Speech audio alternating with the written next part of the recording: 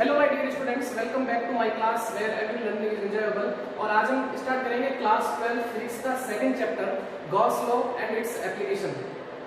और उसमें हम आज फर्स्ट स्टार्ट करेंगे कंटीन्यूअस चार्ज डिस्ट्रीब्यूशन, क्योंकि गॉस लॉ पढ़ने से पहले जो है वो हम दो चीजें पढ़ेंगे, एक तो कंटीन्यूअस चार्ज डिस्ट्रीब्यूशन और एक हम पढ़ेंगे इलेक्ट्रिक फ्लक्स, जिसकी जरूरत जो है वो हमें गॉस लॉ में पड़ेगी या उसके एप्लीकेशंस में पड़ेगी। ठीक है ना, तो गॉस लॉ जो है वो हम आज स्टार्ट नहीं करेंगे।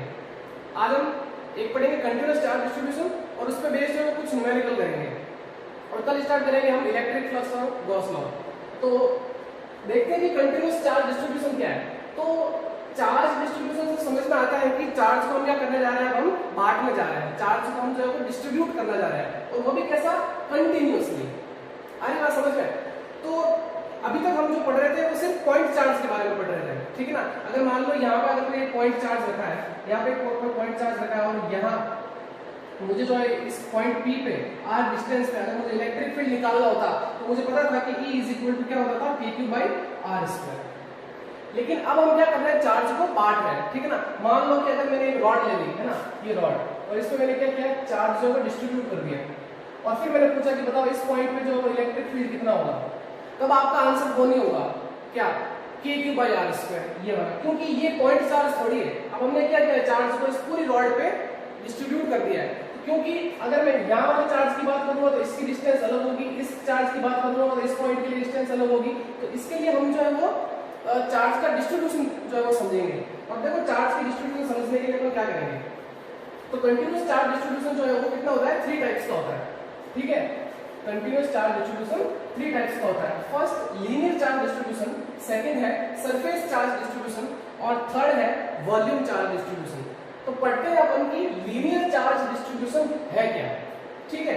तो देखो लीनियर चार्ज डिस्ट्रीब्यूशन बेसिकली वही है कि अगर मान लो मेरे पास में कोई एक मान लो मेरे पास में एक वायर है, ठीक है, और मैं क्या कर रहा हूँ, उस पे जो है वो चार्ज डिस्ट्रीब्यूट कर रहा हूँ उसकी लेंथ के अकॉर्डिंग, मतलब लीनियरली एक तरह से, ठीक है ना।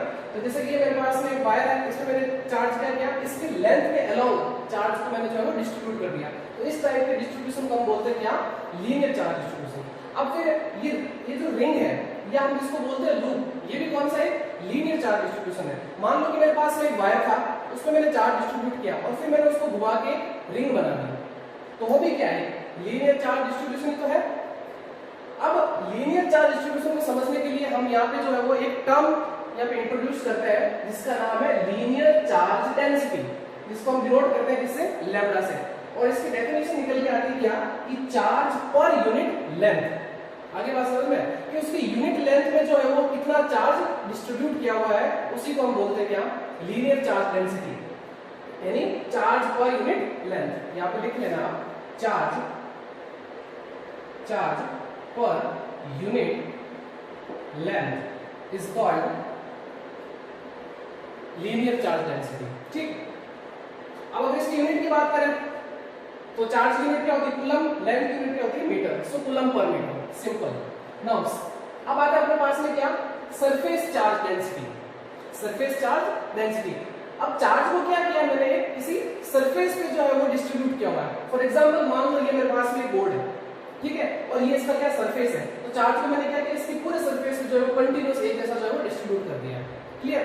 इस तरीके से आप मान सकते हो कि मेरे पास में अगर मान लो एक कोई कंडक्टिंग स्फीयर है या मेटलिक कोई स्फीयर है, ठीक है, उस पे मैंने क्या किया, चार्ज को डिस्ट्रीब्यूट किया हुआ है उसके सरफेस पे, ठीक। तो इस टाइप के डिस्ट्रीब्यूशन को हम क्या बोलते हैं, सरफेस चार्ज डिस्ट्रीब्यूशन। जैसे कि मेरे पास में कोई कंडक्टिंग शीट है, ये मान लो बोर्ड मान लो, इस तरीके से है ना, उस पे चार्ज क्या रखा है, डिस्ट्रीब्यूट कर रखा है। तो सरफेस पे जब चार्ज डिस्ट्रीब्यूट होता है उसको हम बोलते हैं क्या, सरफेस चार्ज डिस्ट्रीब्यूशन। और इससे एक टर्म, इसको समझने के लिए हम जिस टर्म का यूज करते हैं उसका नाम है सरफेस चार्ज डेंसिटी, जिसको हम जो है सिग्मा से लिखते हैं। और सिंपल सा फॉर्मूला इसका भी है, चार्ज पर यूनिट एरिया, ठीक है, उसके यूनिट एरिया में जो है कितना चार्ज डिस्ट्रीब्यूट किया हुआ है उसको हम बोलते हैं क्या, surface charge density. Unit simple, coulomb पर मीटर स्क्वायर, बिकॉज़ एरिया किसका होता है, स्क्वायर यूनिट में होता है। सो ये नेक्स्ट वॉल्यूम चार्ज डिस्ट्रीब्यूशन। मान लो मेरे पास में कोई एक ऑब्जेक्ट है और मैंने क्या किया, उस पे जो है वो चार्ज डिस्ट्रीब्यूट किया, तो वो चार्ज डिस्ट्रीब्यूट हो गया, क्या हुआ, उसके पूरे वॉल्यूम में डिस्ट्रीब्यूट हो गया, उसको हम क्या बोलते हैं, volume charge distribution. For example जैसे कि प्लास्टिक स्फीयर है ना, नॉन कंडक्टिंग स्फीयर है, तो उसमें जो चार्ज है वो क्या होता है, एक पूरे वॉल्यूम के अंदर जो है वो डिस्ट्रीब्यूट होता है। फॉर एग्जांपल अगर मैं इस रूम की बात करूं तो ये रूम भी क्या है, एक तरह से सॉरी, अगर इस रूम के अंदर अगर मैं पूरा चार्ज डिस्ट्रीब्यूट कर दूं तो उस चार्ज डिस्ट्रीब्यूशन को मैं क्या बोलूंगा, वॉल्यूम चार्ज डिस्ट्रीब्यूशन, है ना। तो इसके अलावा एक एग्जांपल और ले सकते हो आप, जैसे कि क्यूब का, ये है ना, इसमें मैंने क्या कर रखा है, चार्ज को ऐसे कंटीन्यूअसली डिस्ट्रीब्यूट कर रखा है, कंटीन्यूअसली, ठीक है। तो इसको हम क्या बोलते हैं, वॉल्यूम चार्ज डिस्ट्रीब्यूशन। तो ध्यान से जो है वो आप समझना कि जो लीनियर चार्ज डिस्ट्रीब्यूशन है वो बेसिकली क्या है, वन डायमेंशनल है। आगे बात समझना है, ये कौन सा है, वन डायमेंशनल, ये वन डायमेंशनल है, ठीक है। इसको देख लो आप, ये कौन सा है, टू डायमेंशनल यानी 2D, और ये कौन सा है, 3D। आगे बात समझ में, सिंपल सा आपको दिख रहा है, linear charge distribution and surface charge distribution and volume charge distribution, और यूनिट इसकी क्या हो जाएगी, कूलम पर मीटर क्यूब। तो याद रखना भी बहुत इजी है, अगर लीनियर चार्ज डेंसिटी पूछे तो चार्ज पर unit length, surface charge density पूछे तो चार्ज पर यूनिट एरिया या सरफेस एरिया, एक ही बात है। और वॉल्यूम चार्ज डेंसिटी पूछे तो क्या होगा मेरे पास में, चार्ज पर यूनिट वॉल्यूम। आई होप आपको ये तक समझ में आ गया होगा कि कंटीन्यूअस चार्ज डिस्ट्रीब्यूशन होता क्या है। अब इससे हम रिलेटेड जो है वो कुछ क्वेश्चंस करेंगे, है ना। ऐसी जो है वो मैं ये एक एग्जांपल लूंगा रिंग का, उससे हम ये चेक करेंगे कि उसके सेंटर से किसी पॉइंट P पे इलेक्ट्रिक फील्ड कितना होता है। तो फटाफट इसको नोट करिए, फिर जो है वो आगे बढ़ते हैं।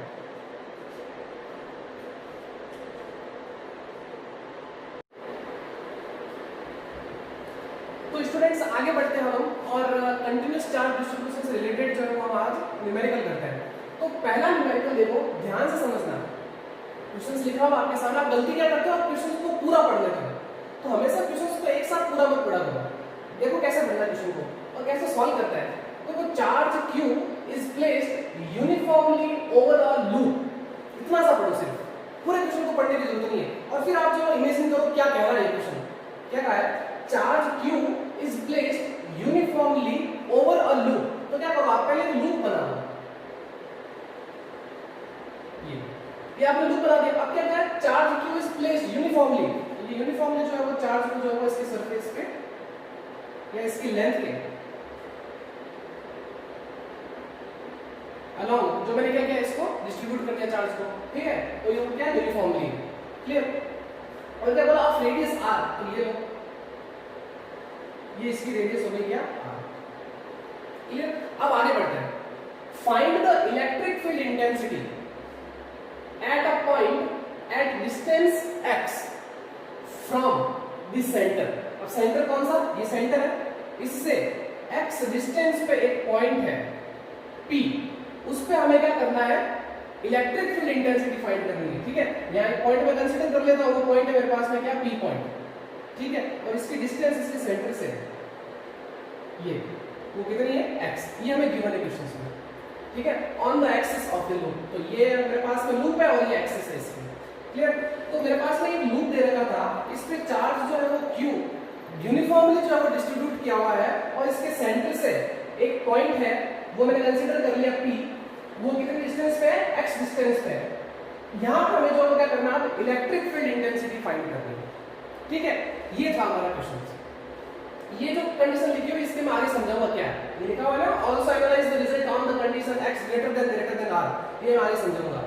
अच्छा, अगर ये एक पॉइंट चार्ज होता, मान लो अगर ये पॉइंट चार्ज होता और यहाँ एक P पॉइंट ये है और x डिस्टेंस पे होता, ये वाली डिस्टेंस अगर x है और यहाँ चार्ज Q है, और अगर मैं इलेक्ट्रिक फील्ड पूछता तो आपका आंसर सीधा आ जाता कि Q/x²। ये हमने पढ़ा है फर्स्ट चैप्टर के अंदर, लेकिन यहाँ पे ये नहीं है, ये जो है वो पॉइंट चार्ज थोड़ी है, यहाँ पे चार्ज को क्या किया मैंने, डिस्ट्रीब्यूट कर दिया। आगे बात समझ में, तो समझते हैं इसको, देखो। तो अगर मुझे इस लूप के कारण अगर इस पॉइंट पे इलेक्ट्रिक फील्ड फाइंड करना है, तो मैं क्या करूंगा, अगर मेरे पास में स्मॉल चार्ज होता या पॉइंट चार्ज होता, उसके लिए मुझे पता है कि इलेक्ट्रिक फील्ड का फॉर्मूला क्या होता है, kq/r², ये मुझे पता है। तो क्यों ना मैं क्या करूं, इस पूरे ही लूप को एक छोटे छोटे एलिमेंट्स में चार्ज के ले लूं, और उन सभी चार्जेस के कारण जो इलेक्ट्रिक फील्ड है इस पॉइंट पे, उन सबको क्या करूं, मैं ऐड कर दूं, तो मेरे पास में नेट इलेक्ट्रिक फील्ड आ जाएगा।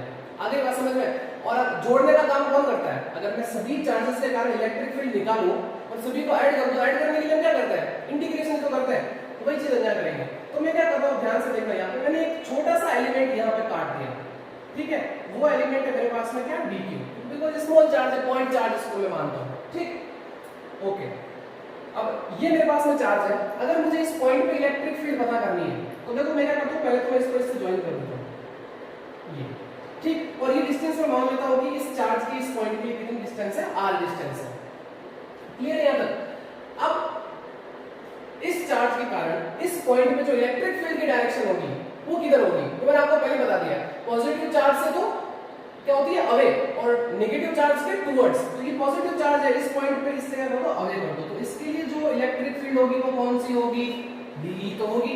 क्यों, क्योंकि अगर छोटा चार्ज है तो इलेक्ट्रिक फील्ड भी क्या होगा, उससे छोटा इलेक्ट्रिक फील्ड होगा, देखिए। तो डीक्यू से कौन सा इलेक्ट्रिक फील्ड बनेगा, डी इलेक्ट्रिक फील्ड बनेगा। अब हमें जो इलेक्ट्रिक फील्ड इंटेंसिटी पता करनी है वो कहां करनी है, on the axis of the loop. आगे बात समझ में, अगर मैं इस लाइन को थोड़ा सा आगे बढ़ाता हूं, इस लाइन को मैं आगे बढ़ाता हूं, क्लियर है यहाँ तक, ठीक। तो देखो अगर मैंने मान लिया कि ये एंगल क्या है, थीटा है, तो बताओ ये एंगल भी कितना होगा, थीटा ही तो होगा, क्लियर, यहाँ तक बात क्लियर है।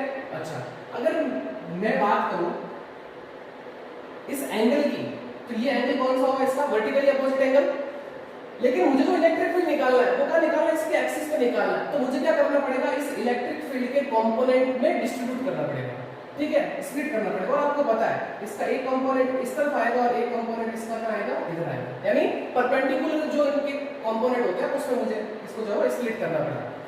तो जिस तरफ थीटा होता है उस तरफ कौन सा एंगल होता है, cos का, ये मैंने पहले बता रखा है। तो इस तरफ क्या आएगा, DE cos थीटा, और इसके नीचे की तरफ जो परपेंडिकुलर कंपोनेंट आएगा वो कौन सा आएगा, DE sin थीटा। सिंपल है, क्लियर है तो। सो DE cos थीटा और ये DE sin थीटा। अब आगे बढ़ते हैं। अच्छा, जैसा ये मैंने एक एलिमेंट लिया है ना, तो इसके सिमेट्रिक एलिमेंट नीचे भी तो होगा, ये मैं मान के चलता हूं, क्योंकि मुझे क्या करना है, इसको छोटे छोटे छोटे छोटे छोटे छोटे एलिमेंट में अगर मुझे इसको काटना है तो इसके सिमेट्रिक एक एलिमेंट यहाँ पे भी तो रहा होगा dq, क्योंकि dq dq dq dq अगर मैं सबको ऐड कर दूंगा मेरे पास में क्या आएगा, q ही तो आएगा। आ रही है बात समझ में, हाँ। तो इसके कारण इस पॉइंट पे इलेक्ट्रिक फील्ड जो होगा वो क्या होगा, वो इस तरह तो होगा, यानी ये कौन सा, DE, ठीक है ये। लेकिन मुझे जो रेस्पॉन्सिबल कंपोनेंट चाहिए वो कौन सा होगा, एक्सिस के लिए DE cos थीटा ही तो होगा रेस्पॉन्सिबल कंपोनेंट, ये थोड़ी होगा। अरे बस देखो ये क्यों नहीं होगा, अभी पता चल जाएगा आपको। अब देखो अगर ये थीटा है तो देखो ये भी एंगल क्या होगा, थीटा होगा, तो ये एंगल कौन सा होगा, थीटा होगा। क्लियर है यहाँ तक बात, ज्योमेट्री लगा, बहुत सिंपल है, ठीक। अब वही कि मुझे क्या करना पड़ेगा, इस इलेक्ट्रिक फील्ड के कंपोनेंट को, सॉरी इस इलेक्ट्रिक फील्ड का करना पड़ेगा मुझे दो परपेंडिकुलर कंपोनेंट में डिवाइड करना पड़ेगा। तो भाई एक कंपोनेंट इसका इस तरफ आएगा, वो कौन सा होगा, DE cos थीटा, और इसका एक कंपोनेंट इसके जिस परपेंडिकुलर ये वाला आएगा वो कौन सा होगा, DE sin थीटा। क्लियर, ये मैं दो नहीं देना आपको, आगे बात समझ में, ये तो मैंने इसके जस्ट सिमेट्रिकल कंपोनेंट लिया है आपको समझाने के लिए, सॉरी एलिमेंट लिया है आपको समझाने के लिए, ठीक है। लेकिन जो मेनली जो मैं समझाना जा रहा हूं, क्योंकि देखो ये जो DE sin theta DE sin theta ये तो अपने इफेक्ट को कैंसिल कर देंगे, बिकॉज़ जितना ये है उतना वापस नीचे है ना, क्योंकि जितना इसको ये ऊपर खींच रहा है उतना ये नीचे खींच रहा है। तो ये तो रेस्पॉन्सिबल कंपोनेंट होने से था नेट इलेक्ट्रिक फील्ड के लिए, तो नेट इलेक्ट्रिक फील्ड के लिए कंपोनेंट कौन सा होगा, ओनली DE sin थीटा। ये ऐसा मत कहना DE sin theta plus DE sin theta, ये तो मैंने जस्ट समझाने के लिए लिया है कि अगर ऐसी चीज होगी ना तो इसके जस्ट एक परपेंडिकुलर कंपोनेंट ऐसा होगा जो इसके इफेक्ट को क्या करेगा, कैंसिल आउट कर देगा। तो अपने पास में जो बचेगा वो ओनली फॉर क्या बचेगा, DE cos थीटा ही बचेगा। आगे बात समझ में, तो आगे बढ़ते हैं, ठीक है। अब बात करता हूं इस पे जो चार्ज डिस्ट्रीब्यूशन है वो कौन सा है, लीनियर चार्ज डिस्ट्रीब्यूशन। मैंने पहले बताया था लूप, रिंग, वायर, इन पे कौन सा डिस्ट्रीब्यूशन होता है, लीनियर चार्ज डिस्ट्रीब्यूशन होता है। तो लीनियर चार्ज डिस्ट्रीब्यूशन लगाते हैं अपन यहाँ पे, तो लैम्डा इक्वल टू क्या आएगा, Q/L, linear charge distribution, charge पर यूनिट लेंथ। अच्छा, इसकी मैं लेंथ की बात करूं तो इसकी लेंथ कितनी है, सोच के बताओ, आप खुद सोचो इसकी लेंथ कितनी होगी। मान लो ये जो लूप है ये पहले मान लो एक रिंग रहा हो, सॉरी ये जो है एक वायर रहा होगा, और अगर इस वायर को अगर मैंने घुमा के एक लूप बना दिया तो क्या वो उसकी सर्कमफ्रेंस होगी, तो बिकॉज ये अगर ये L लेंथ का वायर था, इसको मैंने घुमा के एक सर्किल बना दिया या रिंग बना दी, तो वो किसके इक्वल आ गई, उसकी लेंथ उसके सर्कमफ्रेंस के इक्वल ही तो होगी। तो यहाँ पे मैं लिखूंगा Q/2πr, और अगर मुझे यहाँ से चार्ज कैलकुलेट करना है तो वो क्या होगा, लैम्डा इंटू 2πr। यही तो आएगा चार्ज इसका। क्लियर है यहाँ तक? चलिए अब बात करते हैं इलेक्ट्रिक फील्ड की। ठीक है, अब इस एलिमेंट के कारण जो इलेक्ट्रिक फील्ड होगा वो तो आपको पता ही है, पॉइंट चार्ज के कारण electric field D is equal to क्या हो जाएगा, K dq upon r square. ये डिस्टेंस इसकी कितनी है, r है ना, यहाँ पे लिख लेता हूं मैं। Electric field due to small element of charge dq। अरे बात समझ में, ये जो इलेक्ट्रिक फील्ड है वो किसके कारण है, dq के कारण है। अब मुझे क्या करना है कि टोटल इलेक्ट्रिक फील्ड निकालना है, तो मैंने क्या किया, इस पूरे ही लूप को dq चार्ज में कन्वर्ट कर दिया और फिर मैंने सबको क्या किया, ऐड कर दिया। तो देखो टोटल इलेक्ट्रिक फील्ड, सो ऐड करने के लिए हम किस चीज का यूज करते हैं, टोटल इलेक्ट्रिक फील्ड इंटीग्रेशन। वो क्या हो जाएगा मेरे पास में, integration of d cos theta, because कौन सा कंपोनेंट आएगा, d cos थीटा का आएगा। आगे बात समझ में? ओके, सो अब d की वैल्यू जो है मैं यहां से पुट कर देता हूं। सो e इज इक्वल टू मेरे पास में हो जाएगा integration k dq upon r square और फिर हो जाएगा ये क्या, cos थीटा। क्लियर है? अब यहां देखो इंटीग्रेशन किसका होगा, dq का होगा तो k cos थीटा और ये अपॉन r स्क्वायर, ये बाहर आ जाएंगे, तो ये हो जाएगा मेरे पास में k cos theta upon r square और इंटीग्रेशन किसका होगा, dq का। तो आपको पता है कि इंटीग्रेशन ऑफ dx क्या होता है, x, इंटीग्रेशन ऑफ dt क्या होता है, t, इसी तरीके से इंटीग्रेशन ऑफ dq क्या हो जाएगा, q। सो k q cos theta upon r square. Clear?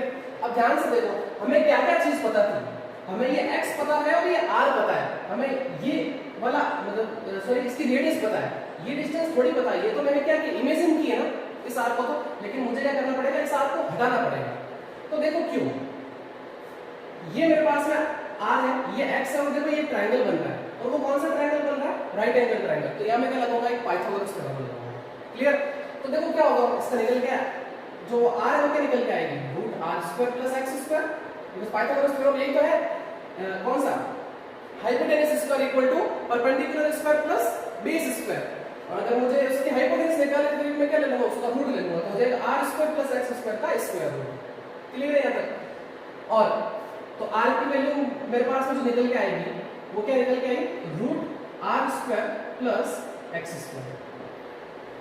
और इसी तरीके से cos थीटा की बात करेंगे तो cos थीटा आपको पता है क्या होता है, बेस अपॉन हाइपोटेनस। तो देखो ये थीटा, थीटा के सामने वाली साइड होती है परपेंडिकुलर, 90 डिग्री के सामने वाली होती है हाइपोटेनस, तो पीछे बची क्या, बेस। तो बेस मेरे पास में क्या है, x।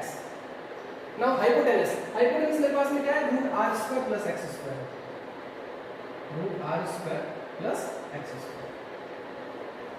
ये दोनों चीजें मैं क्या करता हूं, इसमें पुट कर देता हूं।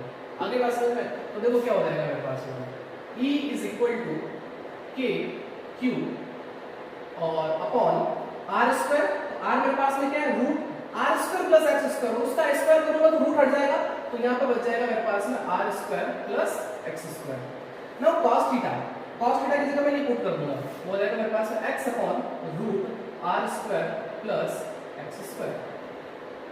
क्लियर है यहां तक? नाउ अब E is equal to k qx upon, ये देखो इसकी पावर कितनी 1 और इसकी पावर कितनी 1/2, तो देखो बेस सेम है ना तो पावर ऐड हो जाएगी, तो ये मेरे पास में हो जाएगा r square plus x square 1 plus 1/2, वो मेरे पास हो जाएगा कितना, 3/2। This is the formula for electric field due to a loop. आगे बात समझ में? तो ये इलेक्ट्रिक फील्ड का फार्मूला है, इस लूप के कारण उसके एक्सिस पे अगर कोई एक पॉइंट है P और वो कितना x डिस्टेंस पे है, तो जो इलेक्ट्रिक फील्ड होता है वो ये होता है।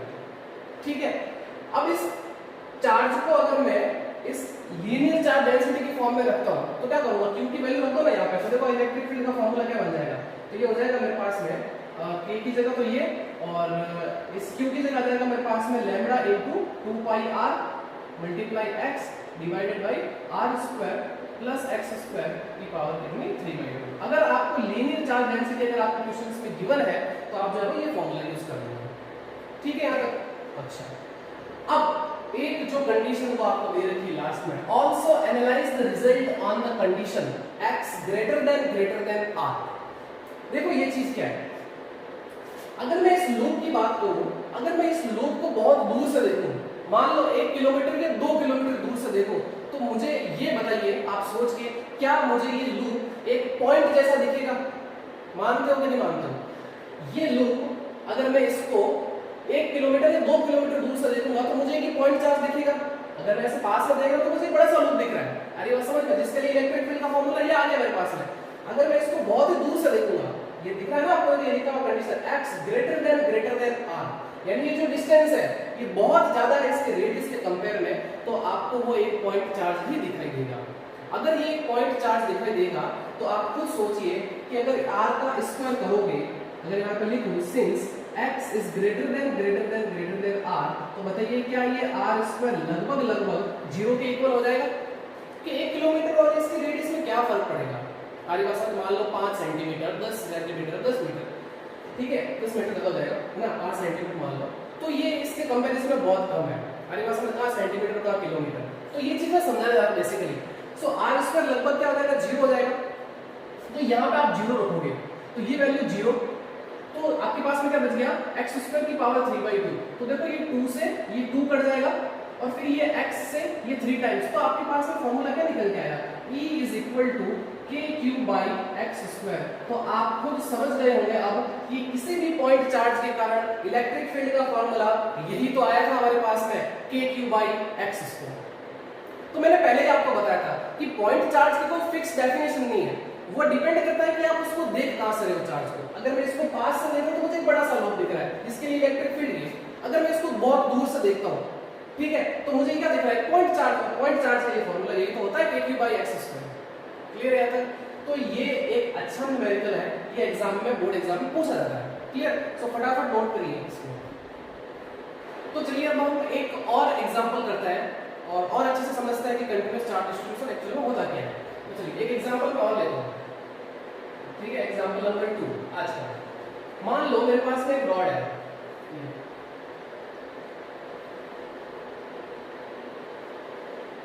और इस पे मैंने क्या किया? चार्ज को जो है कंटिन्यूअसली डिस्ट्रीब्यूट कर दिया इसकी लेंथ के अलोंग, और इसकी लेंथ जो है वो है मेरे पास में क्या? L। क्लियर है तक? और मुझे क्या करना है? अब इस पॉइंट पे, यहाँ एक कोई पॉइंट है P, इस पे मुझे जो है वो इलेक्ट्रिक फील्ड पता करना है, कितना होगा, ठीक है, यहाँ से यहाँ तक। और इसकी डिस्टेंस मैं मान लेता हूँ यहाँ से लेके यहाँ तक की जो डिस्टेंस है वो मेरे पास में है E, ये डिस्टेंस है। क्लियर है तक? अच्छा, अगर ये पॉइंट चार्ज होता तो सीधा सा मेरा आंसर आ जाता क्या? E is equal to k3/a²। Clear? लेकिन ये मेरे पास में पॉइंट चार्ज नहीं है। क्यों? क्योंकि इस चार्ज के लिए डिस्टेंस इस पॉइंट की अलग है, इस चार्ज के लिए डिस्टेंस अलग है, इस चार्ज के लिए डिस्टेंस अलग है, तो हम यहाँ पे वो फॉर्मूला नहीं लगा सकते हैं E is equal to k3/r²। तो देखो हम क्या करेंगे इसको, अब हम क्या करेंगे, इस लेंथ, इस L लेंथ के जो ये मेरे पास में जो ये रॉड है या ये वायर है, कुछ भी मान लो इसको, तो इसमें जो चार्ज हम क्या करेंगे, उसको एक छोटे से एलिमेंट में काटेंगे। फिर हम क्या करेंगे, उस छोटे से एलिमेंट के लिए हम जो है वो इलेक्ट्रिक फील्ड पता करेंगे, क्योंकि वो जो छोटा सा एलिमेंट होगा वो कैसे वर्क करेगा? As a point charge. आ रही बात समझ में? तो मैंने क्या किया कि मान लो यहाँ पे एक छोटा सा एलिमेंट चार्ज का मैंने काट दिया, और इसको मैंने नाम दे दिया क्या? ये कौन सा है? dq। क्लियर? ये तो टोटल चार्ज है मेरे पास में q, ये वाला तो पूरा चार्ज है q।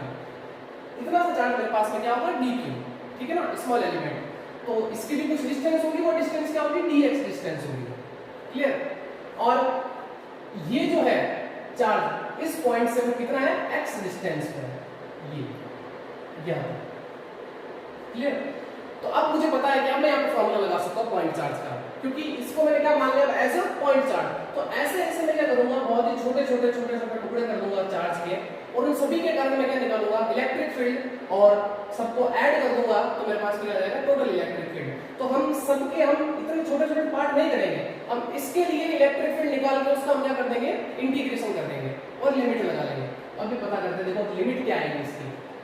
तो अब इस छोटे चार्ज के कारण जो इलेक्ट्रिक फील्ड होगा वो क्या होगा? d होगा, और उसकी डायरेक्शन क्या होगी? इस तरफ की तो होगी d।